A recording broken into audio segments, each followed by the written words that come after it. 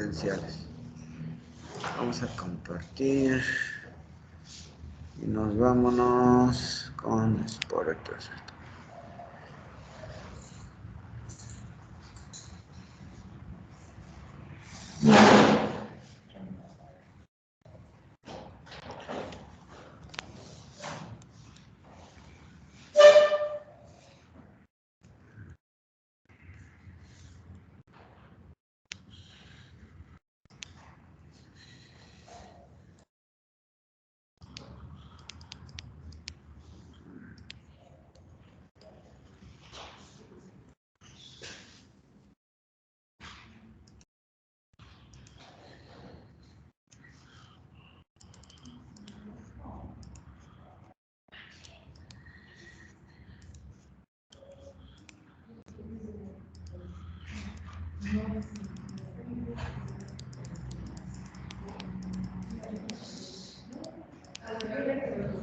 Bueno, niñas,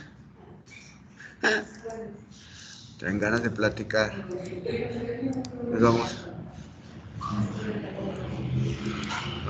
Los vamos a poner en sana distancia ustedes.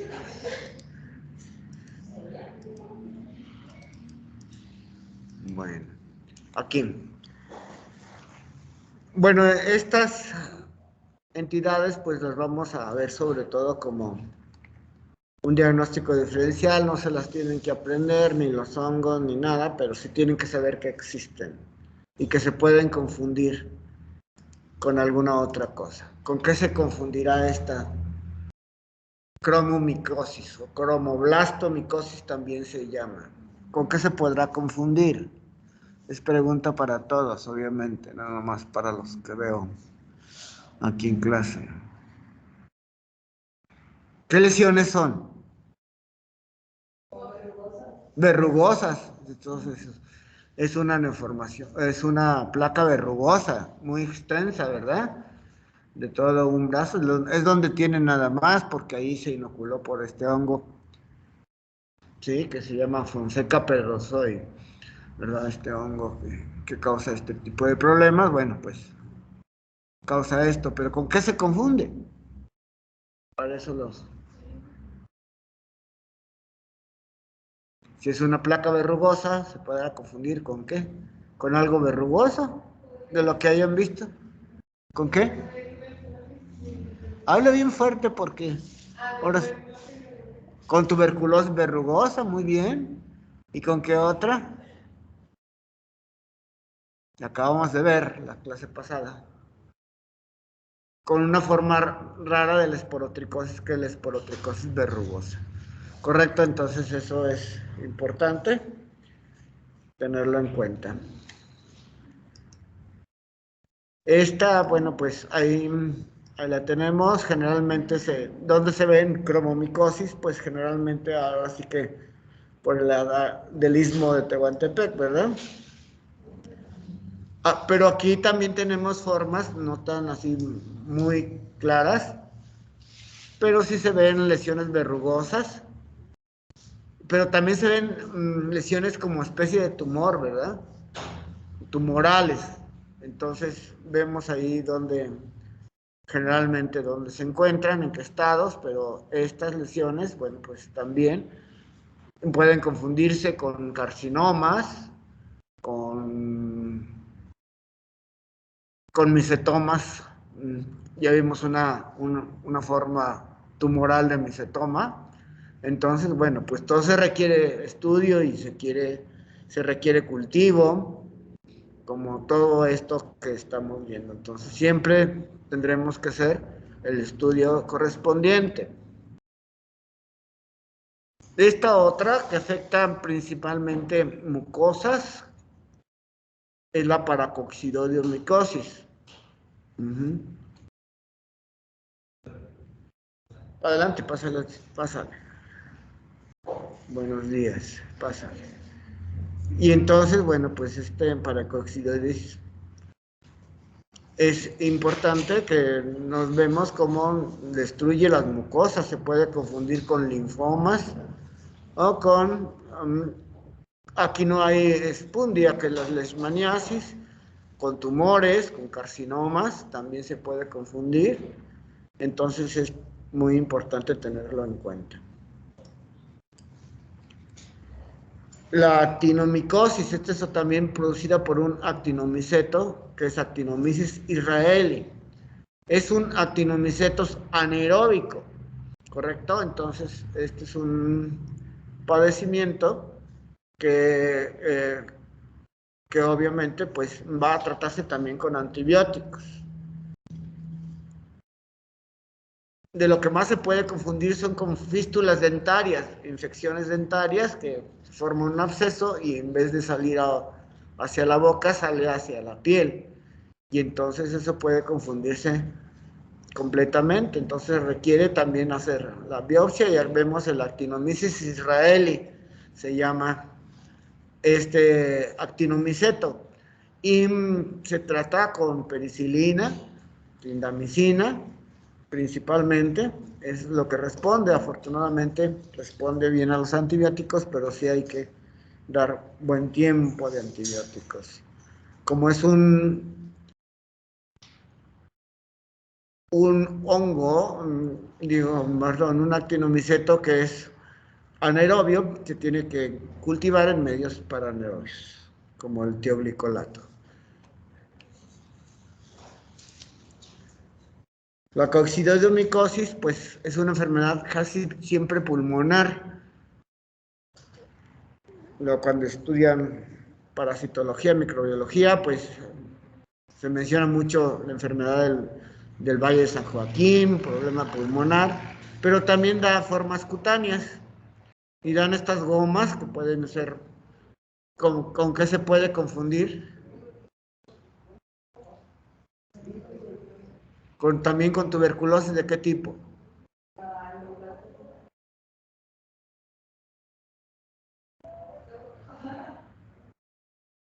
Allá en casa, ¿Con tuberculosis cualitativa? muy bien, con la tuberculosis colicoactiva, correcto, con linfomas, con tumores. Entonces, generalmente, pues se da en el norte del país. Nos tocó ver un caso hace mucho tiempo pero era una lesión un tanto verrugosa, creíamos que era verrugosa y pues esto es una coccidioidomicosis cutánea que no es frecuente, no es mucho menos frecuente que la pulmonar, pero se las traigo, bueno, de todos modos para que sepan que también existe como diagnóstico diferencial. La mucormicosis, por ahí oyeron hablar hace algunos meses de un hongo negro, ¿verdad? Por ahí, muerte por hongo negro, no sé si vieron alguna noticia por ahí. Dice, parte de la coronavirus, el hongo negro, ¿no? Bueno, pues la mucormicosis es una enfermedad producida por estos cigomicetos que generalmente en una persona normal no causa ningún problema. Y lo que más se veía en personas con inmunosupresión, sobre todo con diabéticos tipo 1, y también en enfermos de leucemia. Al principio parecía que los de VIH no tenían esto, pero después se vieron. Y es una urgencia, son pacientes que generalmente están en el hospital por la descompensación diabética. Adelante. Y después empiezan con estas pequeñas ulceritas alrededor de la nariz y que si no se actúa pronto, la mortalidad casi es del 60% de los casos, porque invade muy rápidamente. Entonces vemos este hongo rinocerebral que se llama, rápidamente acaba con el paciente si no se le somete a tratamiento antimicótico, generalmente es en terapia intensiva. Por ahí anda uno de los pacientes que vimos en el hospital con sus cirugías de nariz, quedó bien, afortunadamente salió adelante, pero no todo el mundo sale adelante. Y esa otra úlcera que vemos ahí era una paciente que teníamos estaba en terapia intensiva y que presentaba esa úlcera, que pues tenía de lupus eritematoso sistémico y estaba internada porque tenía una neumonía lúpica, que al fin y al cabo de eso murió. Pero al hacerle la biopsia, porque nunca sospechamos que se trataba de esto, se encontraron las hifas cenocíticas, que son unas hifas muy anchas, ¿verdad? Entonces fue una mucormicosis en un paciente que también andaba con esta inmunosupresión con el lupus eritematoso, pero es un caso raro, ¿verdad? Bueno, con esto terminamos las micosis profundas.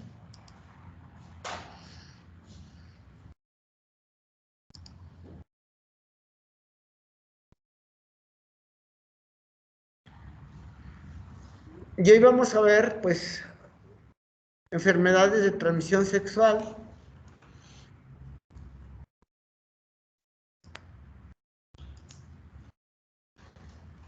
Y vamos a empezar con la sífilis, que es una enfermedad también muy famosa a través del tiempo, conocida desde hace mucho tiempo, ¿verdad? ¿De dónde viene el término sífilis? Les dije que leyeran algo de historia. ¿Tu nombre? Sí, bueno. De Sifilo. ¿Y ese quién era? ¿Qué era? Un personaje de un poema, de un...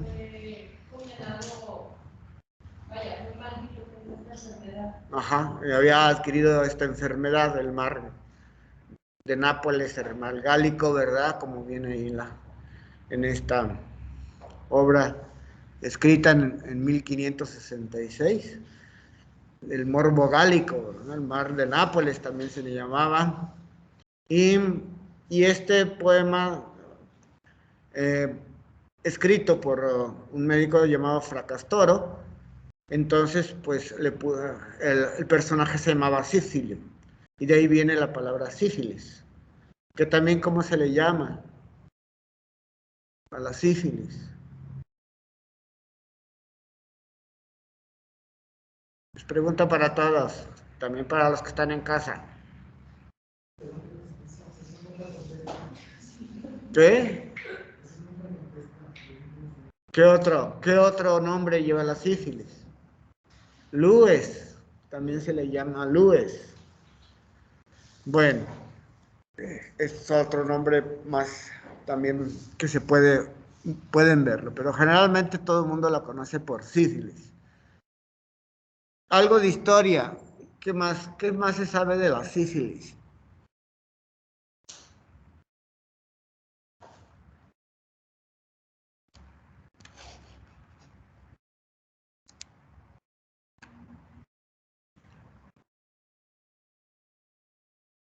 Bueno, este grabado de la derecha se supone que era la sífilis en la Edad Media, pero no se sabe, en ese tiempo a lo mejor no se conocía o no era tan frecuente en Europa. En Europa se habla de que Colón lleva la sífilis a Europa, ¿verdad? De aquí de América, la llevaron aparentemente los españoles y los barcos pasaban por Nápoles y por eso de repente se llamaba mal napolitano. Uh-huh. Pero luego le ponían mal gálico o que porque eran venía de Francia. El hecho es de que también hay una teoría de que ya había sífilis desde hace mucho tiempo, desde que empezó en África, ¿verdad? En África y después fue pasando a Europa. Pero bueno, eso nada más son teorías de cómo apareciendo, pero sí, donde empezó una epidemia muy importante fue en esos años, a finales de, del 1400 y principios de 1500, donde se enfermaron muchas personas y producían problemas serios y que llevaban a la muerte al paciente. Y entonces de ahí hasta que se descubre la penicilina, pues se pudo tratar adecuadamente. porque antes, bueno, el retraso ahí están poniendo en unas cámaras, era un terrible martirio, con vapores de mercurio, obviamente se morían también por insuficiencia renal por el mercurio, y por intoxicación por mercurio, ¿verdad? Y después salió algunos medicamentos como el Salvarsan, que era derivado, era pues azufre o algo así, ¿verdad? Bueno, este, este cuadro lo vi en la revista de dermatología mexicana, revista mexicana de dermatología, y es dos editoriales por el doctor Pablo Campos Macías, un buen amigo de León, y ilustra estas, cómo le echaban la culpa a la mujer, hablando de estos días. Bueno, pues desde cuando se le culpaba más a la mujer que al mismo hombre por este tipo de problemas, ¿verdad? Entonces, pues son buenos editoriales, si alguien gusta leerlos, vienen en internet también, es algo importante. Ahí está la referencia de la revista, ¿verdad? Esta es la parte 2, pero hay una parte 1 del 2020. Trae otro cuadro. Y obviamente, pues, las guerras hacían que se transmita más este tipo de cosas, y sobre todo en la Primera y sobre todo en la Segunda Guerra Mundial. Decía 1 minuto con Venus y 1 año con Mercurio. O sea, porque les ponían inyecciones de mercurio, de neosalvarzán, ¿verdad? Bueno, pues así la situación, que hubo muchos muertos por sífilis en la Segunda Guerra Mundial también. Entonces, después ya llegó la penicilina y disminuyó la sífilis. Pero volvió a surgir, ¿cuándo?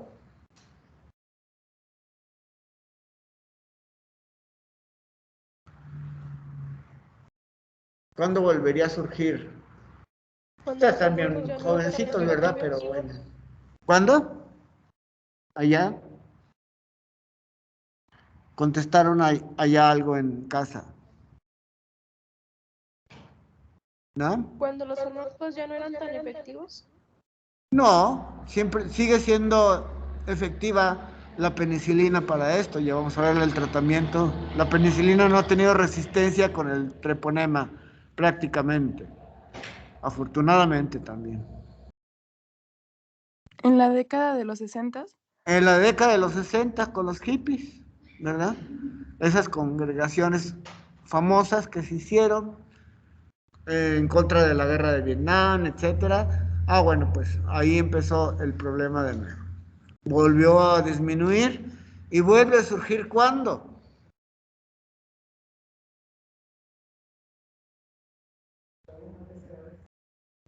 ¿Eh? Bueno, en las guerras volvió a surgir cada rato, durante todos los siglos pasados, pero en la época más reciente, pues, del siglo pasado, volvió a surgir, ¿cuándo? Después de lo de los hippies. Con el VIH-Sida, ¿correcto? Con el VIH-Sida volvió a surgir la sífilis. En realidad, pues, se ve, las tasas no son muy grandes de sífilis como tal. Por ejemplo, aquí en Aguascalientes, en los años pasados, se ve una tasa de 3.8 por cada 100,000 habitantes, ¿correcto? Entonces, más o menos es lo que se tiene, y a nivel nacional, pues llega como a 10 por cada 100,000 habitantes, 10 casos de sífilis, pero sigue siendo un problema porque la sífilis se le ha llamado la gran imitadora, porque tiene muchos diagnósticos diferenciales, y no nomás en piel, sino en la sección sistémica. Entonces, es importante conocerla, porque también se puede pasar por alto. Bueno, también, obviamente grandes personajes, han tenido sífilis y es producida por esta bacteria que es el treponema pálido. Le apareció. Que nomás que se puede ver en el campo oscuro o condiciones especiales. Ahí tenemos una foto, micrografía electrónica también de esta espiroqueta que se llama treponema pálido, ¿verdad? Bueno, no vamos a hablar mucho de esas cosas. Entonces, vamos a más bien empezar a hablar de cómo nos puede llegar un paciente con sífilis, ¿correcto? Bueno, aquí está el treponema, una bacteria gram negativa, parásito obligado. Es una espiroqueta por lo del espiral. ¿Correcto? Entonces, puede llegar a... Es transmitida por transmisión sexual, pero también se puede por otro tipo de transmisión. Saúl llama la sífilis de los inocentes, aquellos que se contagiaron por sífilis por ver a algún paciente o en el laboratorio, etc. Bueno, obviamente hay muchos dibujos antiguos de este tipo de problema. Y vamos a ver cómo nos llegan los pacientes. Entonces, incluso aquí traigo varias lesiones diferentes, porque se describe la de abajo a la derecha sería el caso más clásico. ¿Qué lesión es? ¿Cómo? Es una úlcera, y esta úlcera, si fue producida por una pápula, se le llama chancro, ¿verdad? Es un chancro. Entonces, se habla de un chancro. Y entonces el paciente dice, ay, me salió esto, doctor. Y también el problema de esto es que todo lo que sale en genitales, dice, tiene sífilis, y luego le dan penicilina antes de mandarle a hacer algo al laboratorio. O tiene herpes, ¿verdad? Bueno, pues no. Es una úlcera. Ya, acuérdese que las lesiones del herpes simple son erosiones que sí pueden llegar a ser más profundas cuando es muy intenso, pero generalmente son erosiones después de vesículas. Y aquí no, aparece como chancro. Es un chancro que se llama, el clásico chancro, es un chancro duro. Lo palpa uno y está duro. No es doloroso. Y tiene una adenopatía única de un lado, inguinal, pero sí de un lado, ¿verdad? Cuando es obviamente genital. Y a veces, bueno, pues puede tener varias formas. Ahí tenemos otros chancros. En el caso en la mujer, bueno, pues podemos ver perfectamente el área. Y pues, pero a veces se puede incluso infectar secundariamente y tener este tipo de problemas, entonces a veces es más difícil de diagnóstico. ¿Cuándo aparece el chancro? ¿Después de cuánto tiempo? ¿Cuándo aparece el chancro después de cuánto tiempo? ¿De cuánto? 21 días. A veces aparece así en esas 3 semanas después, pero a veces antes, ¿verdad? Tiene un periodo de incubación largo, a veces entre 9 y 90 días en ocasiones, pero generalmente son 3 semanas después del contacto, después de la inoculación, ¿verdad? Entonces, esto es importante. Entonces hay que ver los antecedentes. Obviamente, si vemos algo parecido, tendríamos que preguntar por una relación sexual. Aquí tenemos otros chancros. Generalmente es chancro único, pero en la fotografía de arriba, la publicación nos dice que fueron dos lesiones. Y ahora estas así son más clásicas, las de abajo, esos dos chancros que aparecen en la diapositiva. Vemos todavía la de abajo, a la derecha en los dedos, es un chancro, ¿verdad? Por manipulación del área genital, bueno, pues ahí también aparece y puede aparecer en boca también. Y vemos también aquí ya es la fase primaria, es lo que apareció el chancro. Desaparece el chancro y aparentemente puede o no dejar algo de cicatriz dependiendo de la profundidad, pero después empiezan a aparecer otras lesiones. Y vemos estas placas mucosas que vemos en el labio, ya en la segunda etapa de la sífilis, o estas lesiones ulcerativas en lengua, o estas lesiones también en boca, ¿verdad? Entonces ya el paciente ya no tiene nada más lo que fue la sífilis primaria, sino tiene un secundarismo.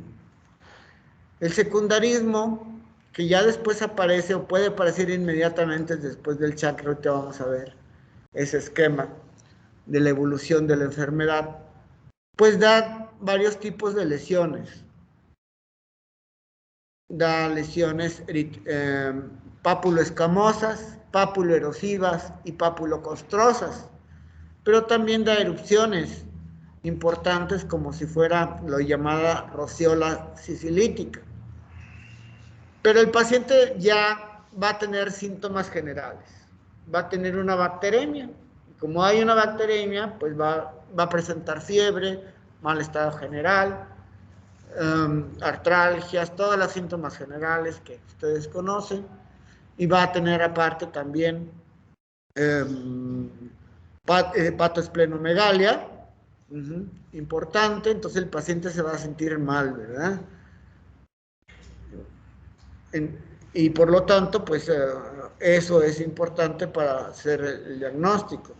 También va a tener alopecia difusa en el cabello que se llama como alopecias en mordidas de ratón. Ahorita vamos a ver algunas.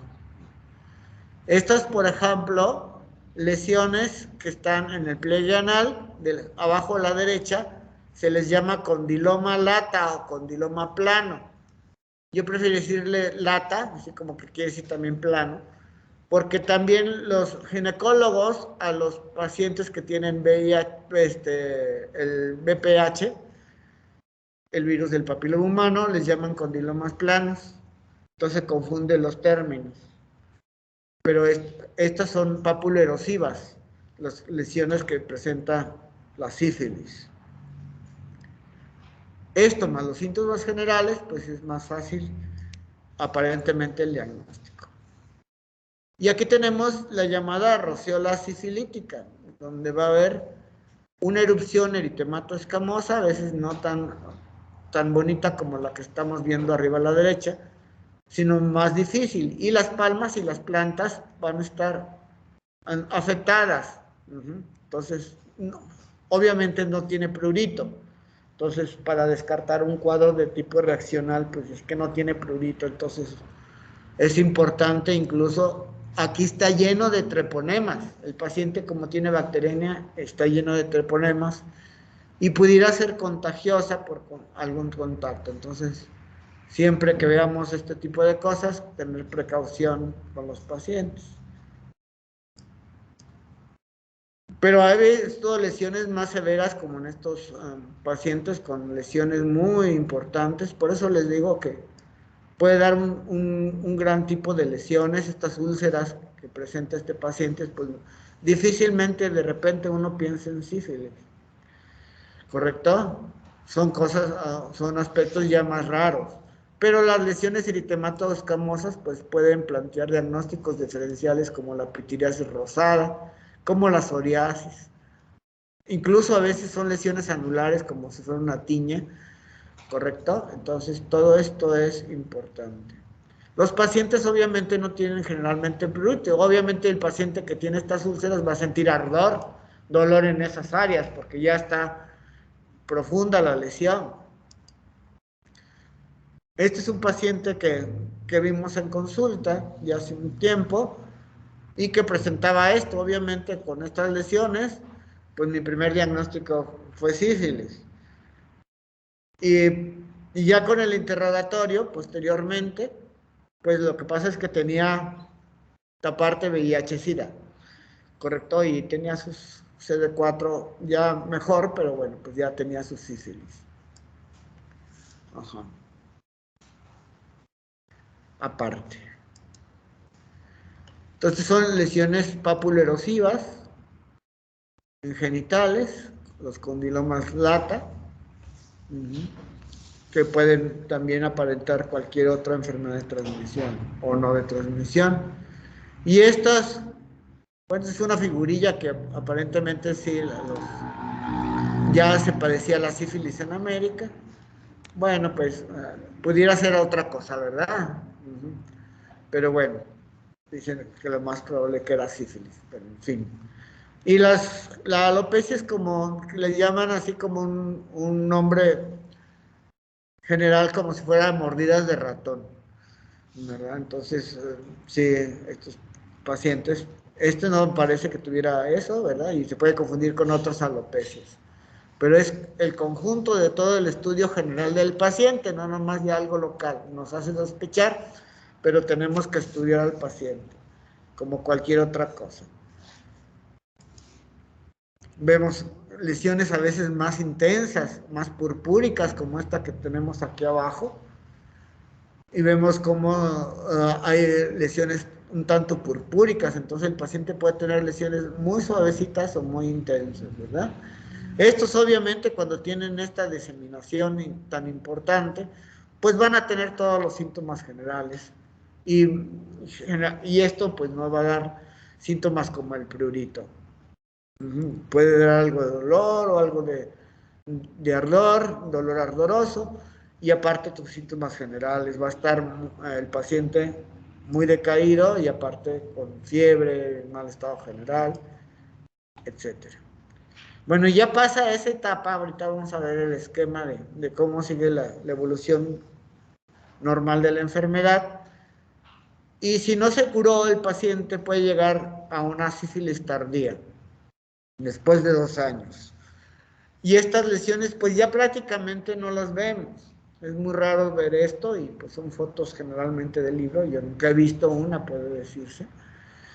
Y que es la sífilis tardía benigna, que son lesiones gomosas o lesiones placas de este tipo, donde pues ya no es, ya es más difícil el diagnóstico si no se tiene el antecedente del problema. Entonces ya puede ser un hongo, puede ser una otra bacteria, puede ser un tumor, pues muchas cosas, ¿verdad? Y obviamente vemos ese paladar y decimos, es una leucoplaquia y es un cáncer del paladar, obviamente. Entonces estamos dispuestos a hacer nuestro diagnóstico mediante laboratorio, sobre todo la biopsia y los estudios pertinentes.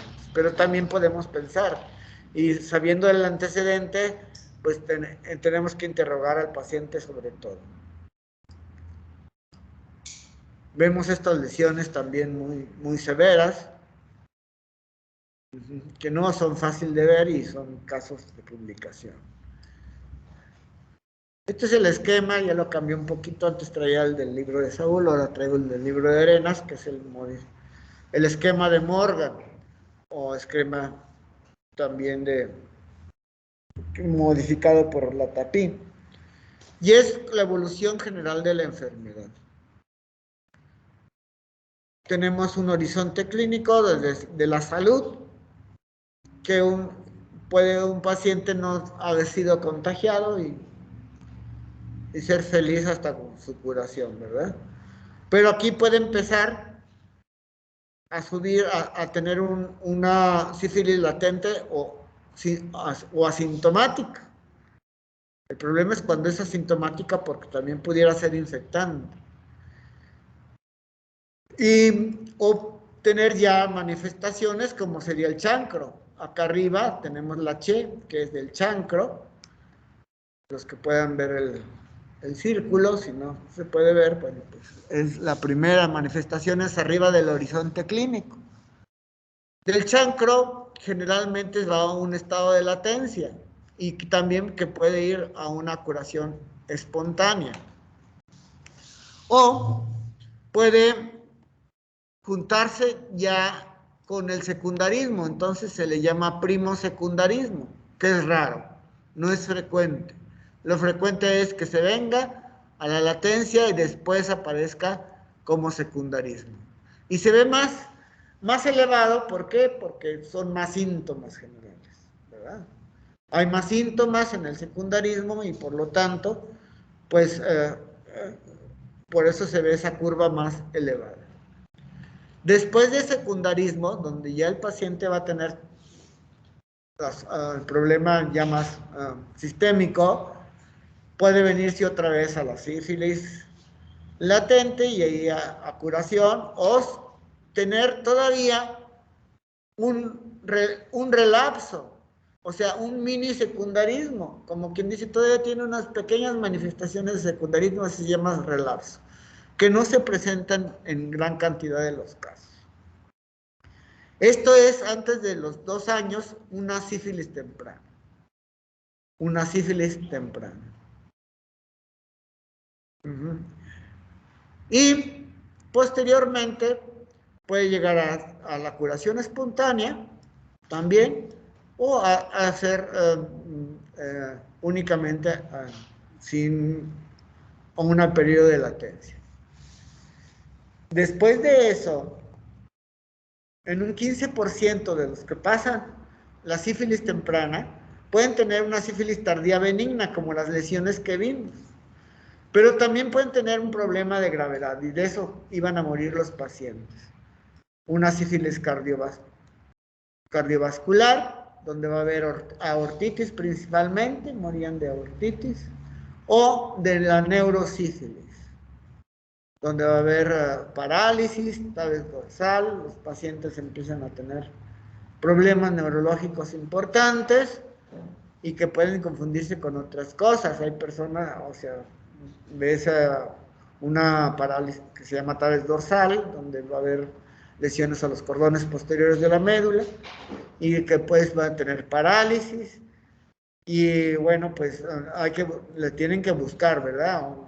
Ya al dermatólogo en dermatología no vemos mucho esto, pero sí, obviamente los neurólogos van a tener que hacer diagnósticos diferenciales y hacer los estudios pertinentes para diagnosticarse. Y entonces, pues de esto morían los pacientes, sobre todo de la tardía sintomática, ¿verdad? O la tardía sistémica del problema.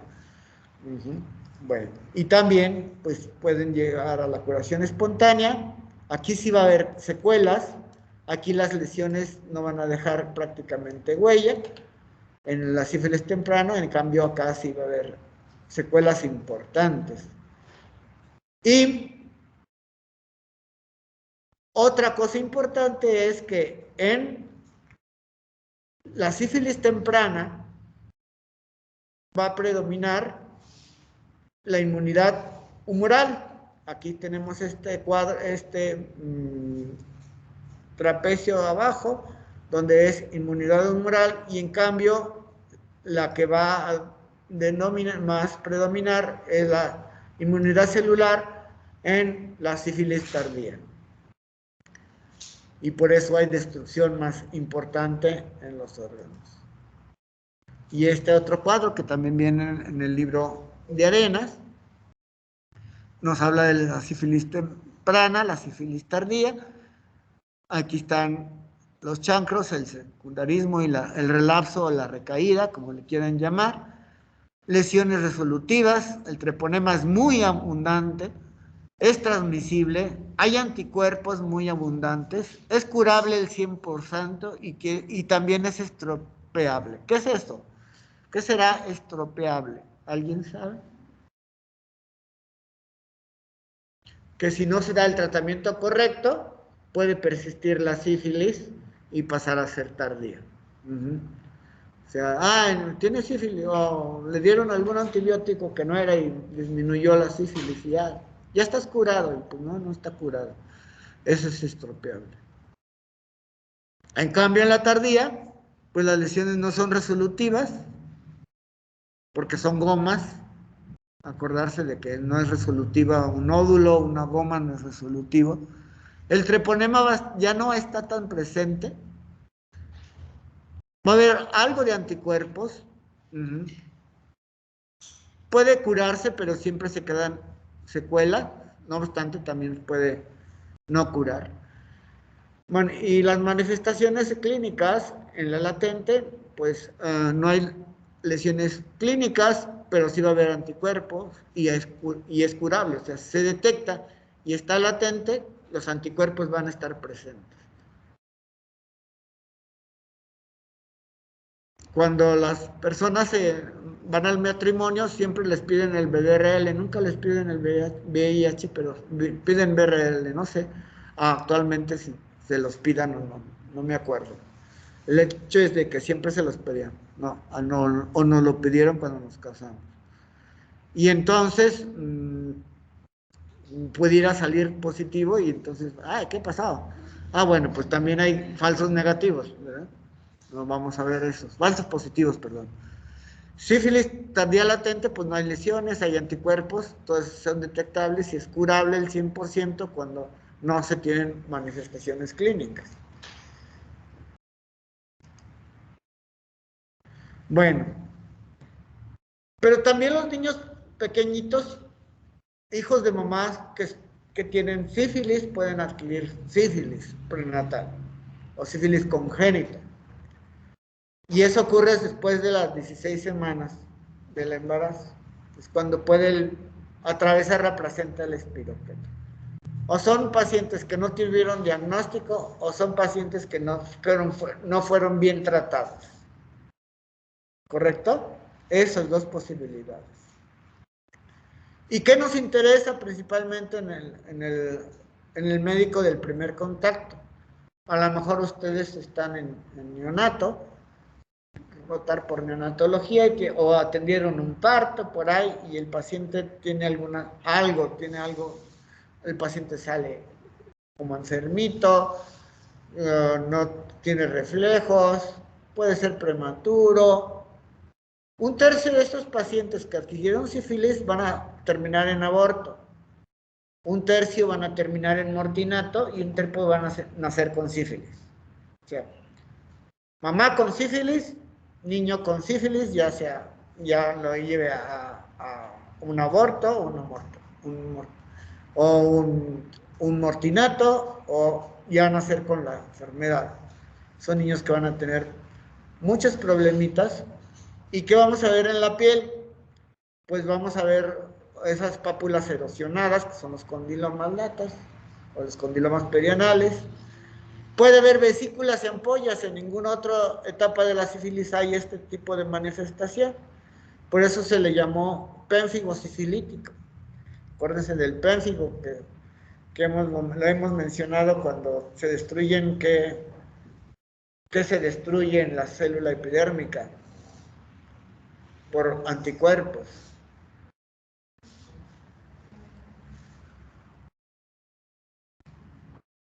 ¿Eran los desmosomas, doctor? Los desmosomas. ¿Quién habló de los desmosomas? Yo, doctor Saraí. Saraí, tienes medio punto para el próximo examen. Acuérdense de los medios puntos porque si no se acuerdan no se los pongo. Y me tienen que decir por qué. ¿Por qué fue? Bueno, ya van a ser más medios puntos cada vez. Bueno, entonces presentan también estas lesiones papulocostrosas, la rinitis. Aparte de que los niños están con un problema sistémico general, pues van a tener esa rinitis sanguinolenta, fisuras y ulceraciones, placas mucosas, sobre todo se ven en el paladar, hepatoesplenomegalia, una periostitis y una osteocondritis. Eso hace que los niños no muevan sus bracitos o sus piernitas y por eso se les llamó pseudoparálisis, porque no tienen parálisis, lo que pasa es que tienen mucho dolor como tal. Entonces, estos niños nacen muy malitos. Entonces, esto es importante.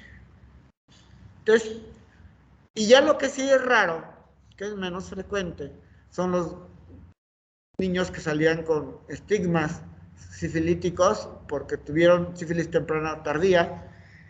En la tardía pues daban gomas óseos, perforación del paladar, perforación del tabique nasal, queratitis intersticial que los llevaba a la ceguera, a la sordera, alteraciones neurológicas, las articulaciones tenían sinovitis y eso se acumulaba el líquido alrededor de las articulaciones y daba articulaciones de Cluton, se llamaban, y quedaban estigmas, o sea, quedaban y decían, tienes, parecían cicatrices radiadas alrededor de la boca, como si fueran fisuras alrededor de la boca, o grietas alrededor de la boca, dientes de Hutchinson, o los dientes en desarmador, la tibia en sable, la frente olímpica, y algunas otras que se mencionan muchas en otros textos.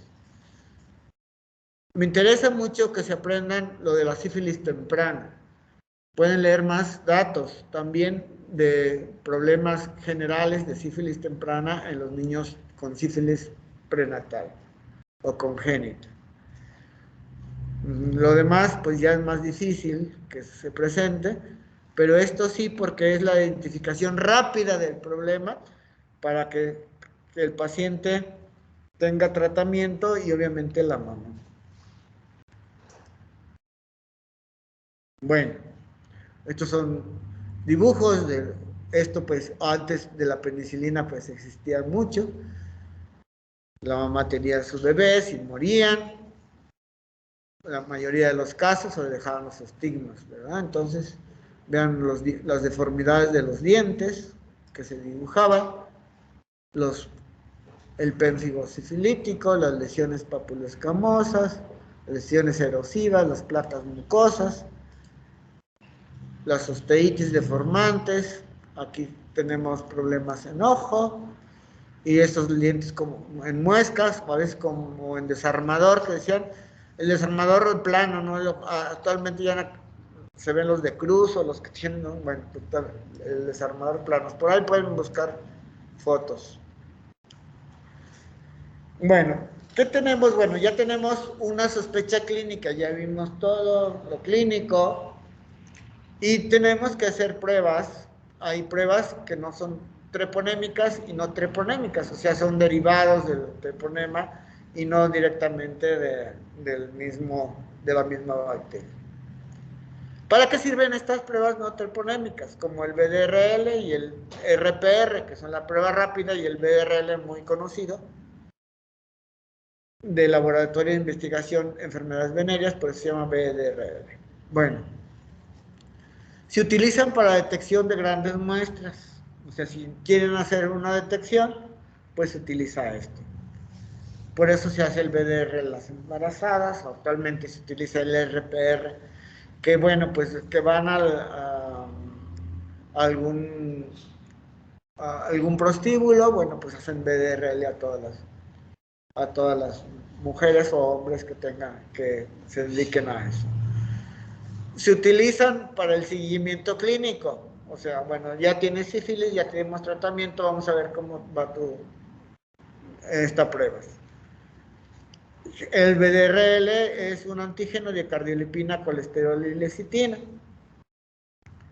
Y es sensible, pero no específica del 100%. Es muy sensible, pero ahorita vamos a ver en quién sí es más sensible y en qué etapa no. Son pruebas no treponémicas. Y existen las pruebas treponémicas. Se utilizan en caso para confirmación de la infección. Se detectan contra los componentes del treponema pallidum celular. Son más caros y más específicos. Las otras son gratuitas, generalmente cuando se hacen forma general, pero creo que para el certificado de matrimonio no se les pide, no es gratuito, ¿verdad? No me acuerdo. Al menos uno sí lo pagó. Ahora, por ejemplo, en los casos de neurosífilis, en la sífilis tardía se utiliza más esto para confirmación del cuadro. Tenemos pruebas disponibles, pues tenemos esta, la principal que se tiene en México es la absorción de anticuerpos treponémicos fluorescentes, que es el FTA-ABS. Y hay otras pruebas como esta, la de abajo no es disponible, el TPPA, que también es de aglutinación de partículas, no tan fácil se encuentra, la que se puede encontrar es esta, la del FTABS.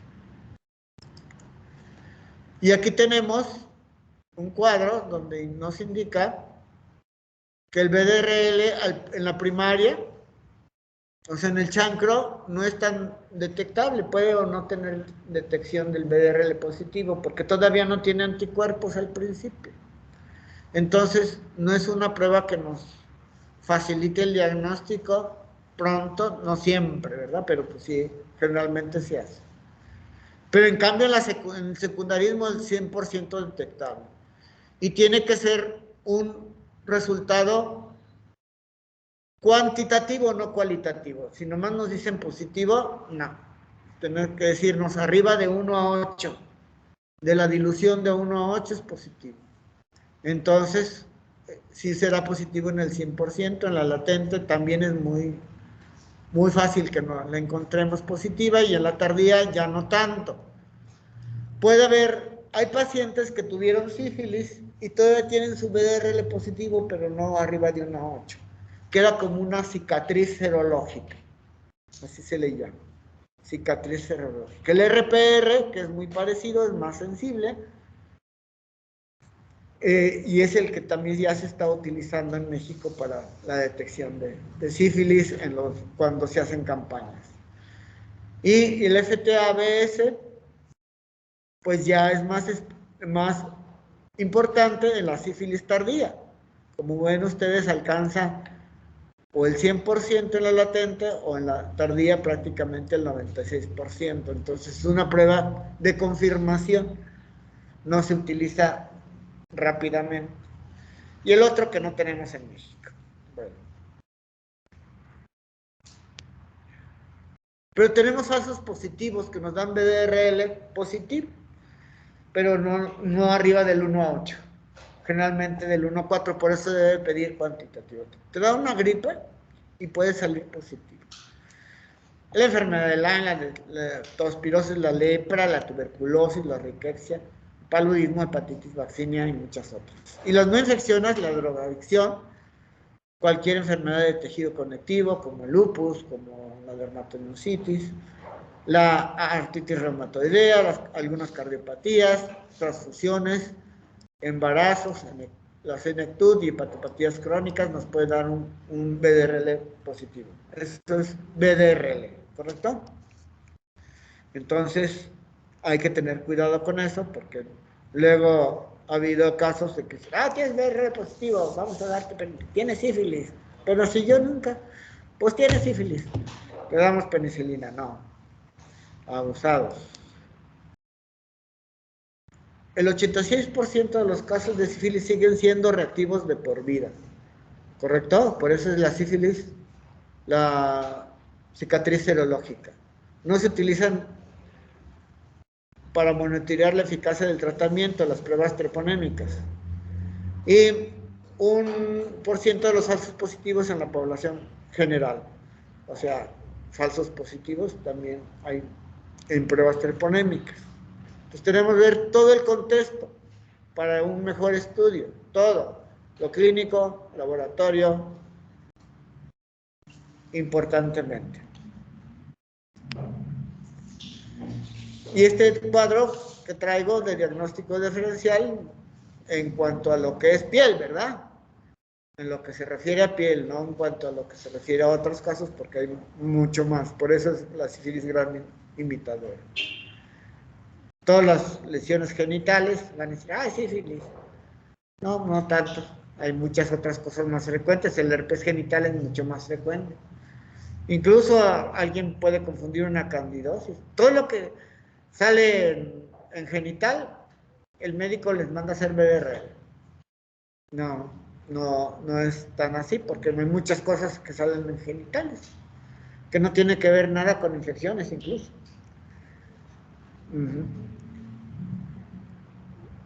La sífilis secundaria, bueno, pues la principal es las eritematas escamosas, como la pityriasis rosada, la psoriasis, los exantemas virales, las parapsoriasis, que es la pityriasis lichenoide crónica, la infección primaria por VIH, al rato la vamos a ver, eritema multiforme, que es el eritema polimorfo, la erupción es por drogas, eczemas numulares, las foliculitis, en mucosa cílica en plano, aftas, la enfermedad de pie mano-boca, la herpangina, las candidosis, el perleche, los condilomas por virus del papiloma humano, los papulosis vagüenoides, que ya los vimos, los carcinomas. Y bueno, las sífilis terciarias, que es el lupus vulgar. Otro medio punto. Rápido, que se acaba el tiempo del medio punto. ¿Qué es el lupus vulgar? Es similar a la de tuberculosis tuberculosis luposa. La tuberculosis luposa, medio punto. Sí, ok. Bueno, la cromomicosis o cromoblastomicosis, las infecciones por hongos dimorfos, como el esporo, ¿verdad? El lupus eritematoso, los linfomas con la micosis fungoide, la sarcoidosis, los tumores, úlceras venosas, pues, y ya cuando es sistémica, pues más. Pero bueno, estamos en piel, que es lo que nos importa decirle. Bueno, dejamos hasta aquí un descansito para continuar con ya nomás nombrar el tratamiento y algunos otras, como definir otros problemas de transmisión sexual que son mucho menos frecuentes que la sífilis ya. Y ver lo de los pacientes con inmunodeficiencias, que también es muy rápido. Descansito. ¿Quién falta de anotarse? Jóvenes, ilustres.